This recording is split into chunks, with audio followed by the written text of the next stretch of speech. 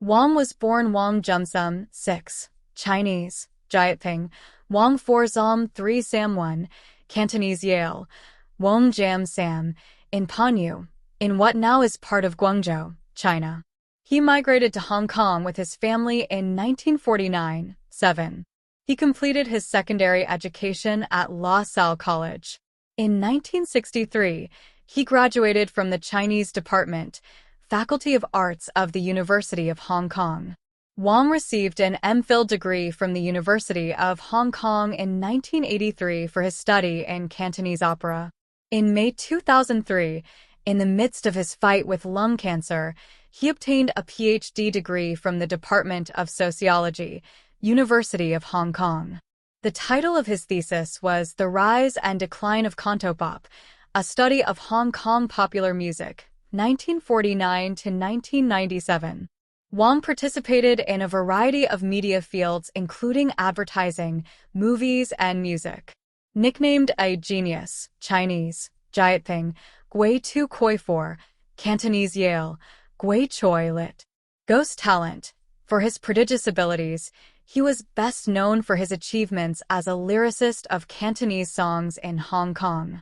Beginning from the 1960s, he was the lyricist for over 2,000 songs, collaborating with composer Joseph Koo, aka Gu Gafai, on many popular TV drama theme songs, many of which have become classics of the genre. His works pushed the development of cantopop to unprecedented popularity. While well known and praised for his creative works in the entertainment and advertisement fields, Wong was also famous for his vulgar and indelicate jokes. He had a series of best-selling joke books. He was regarded as responsible for breaking the barrier to many cultural taboos in Hong Kong during the conservative environment in the 1970s. He is best remembered as the person who came up with the slogan, "Two kids are good enough," for the Family Planning Association of Hong Kong. Wong hosted several TV programs, mostly interviews or talk shows oriented towards adults, on both TVB and ATV. One of the talk shows, called Off Guard Tonight, co-hosted by Wong and his close friends Chua Lam and Ni Kwong on ATV, is particularly remembered. As a singer, he is a tenor with 2.5 octaves in chest voice, 11, due to him being a heavy smoker. Due to his narrow vocal range, he only released one album despite being a keen singer. In the 1990s, Wong's creative works became less popular and many entertainment companies featured fewer of Wong's songs. Some TV shows hosted by Wong were also unpopular. Wong decided to return to Hong Kong University to get a doctorate degree in Hong Kong popular culture. His dissertation essay is now in the library of Hong Kong University. On November 24, 2004, Wong died at the Union Hospital in Hong Kong. His funeral was a low-key family funeral as per his wishes. Hong Kong citizens reflected on his career and accomplishments during this time. In the following days, the news of his death became the primary media headline in Hong Kong, and his compositions were played throughout the week. A remembrance ceremony took place at Hong Kong Stadium, with over 15,000 attending the ceremony. Wong was officially married twice, but had 3 notable relationships. He had 3 children with his first wife, singer Wawa. Their sons were Wong Yuahan and Wong Yuaman. Their marriage ended while Wawa was pregnant with their only daughter, Ursula Wong. Wong once said the most important love of his life was Eunice Lam, a writer whom he lived with from 1976 to 1990, but did not marry. Lam was also a radio host and was the sister of Richard Lam, a cantopop lyricist. Lam died from cancer in 2018. Wong's second marriage was to his longtime assistant, Winnie Chan, until his death, but she was never seen with him in public. James Wong, Chinese, Wong Jim, March 16, 1941 to November 24, 2004, also known as Uncle Jim, was a cantopop lyricist and songwriter based primarily in Hong Kong.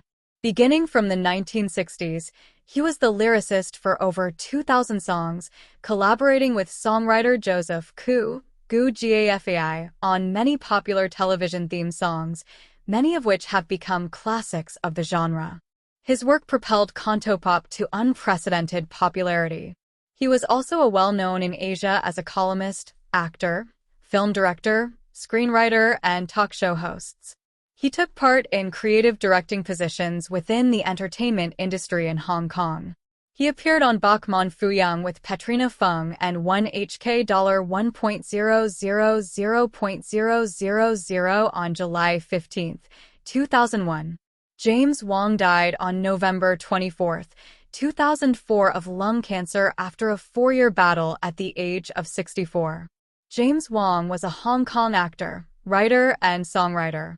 He immigrated to Hong Kong with his parents in 1949, attended Lasha College in his early years, went on to attend HKU, graduated from HKU Chinese Department in 1963, and worked in advertising, film, and composition. He served as a television and radio host in Hong Kong. He wrote for movies, TV dramas, singers, actors, directors, literary creations, costumed cabaret, and variety shows. Yesterday in the early hours, Dr. James Wong Jim, better known as Uncle Jim, passed away from his cancer at 64. A man who for 40 years entertained the city with his straight-talking, honest, gregarious, sometimes dirty, often off-the-cuff, and always hilarious nature. Sometimes he played the fool, but not so far from the surface, was an intense intellectual who explained the inspiration of a certain song from a chapter in a Chinese musical theory book he was reading. Everyone feels like they know him, and with his social nature, everyone has a story of when they met him. I grew up thinking I did, even though I have no recollection because my godmother likes to tell me that as he worked with my aunt, he played with me a few times. Later on in life, I met his daughter, who is an actor in her own right. I saw her on TV tonight, pursued by photographers as she rushed to her father's side. It didn't seem very fair, and I wish those flashing bulbs would go away. There are non-stop retrospectives on the radio and TV playing some of the 2000 songs he put lyrics and sometimes melody to in this 40-year career. Songs that run in the background of our lives, part of the collective memory of the city. Most of them I know the words to, but did not know until today, were his. Songs that were themes of hit movies, TV shows, and number ones for top artists. Songs after songs by artists who are also no longer here, that died in the last 2 years. Roman Tam, Anita Mui, Leslie Chung, and favorites of nearly every other person who ever stood in front of a mic. The most played are Shanghai Beach, of the lost glory days of Shanghai. Under a Lion's Rock, a description of the hill all Hong Kong people live under, and a portrait of the difficult lives of the working class that defines the 70s. And the protest song, To Be a Brave Chinese Person, demanding and reminding what that means, which is to keep fighting for freedoms and righteousness, a favorite in the Tiananmen Memorial and also the democratic protest. Until he came along, songs were about love, and he moved it into social issues and transcending the everyday, the ordinary people into something worth recording. He was a Dylan, a Mitchell, with a much bigger personality. If writing one of those songs should reserve a place in history as well as the hearts of those who are under the Lion Rock, Dr. Wong was a prolific artist in every other way, making movies, acting, writing books and columns, hosting variety shows, and Miss Hong Kong. He interviewed the top stars as well as politicians in daytime shows, but his domain where he shined the most were his intimate late-night talk shows, where everyone who came on put down their masks, while he and his cultural entertainment vanguard's friends drank expensive red wine and sat on black leather couches, discussing the profane to serious with their invited guests.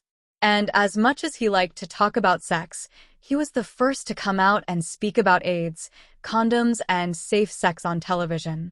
If that is not enough, in his last years, He enrolled into Hong Kong University and gained a PhD and became a doctor in philosophy.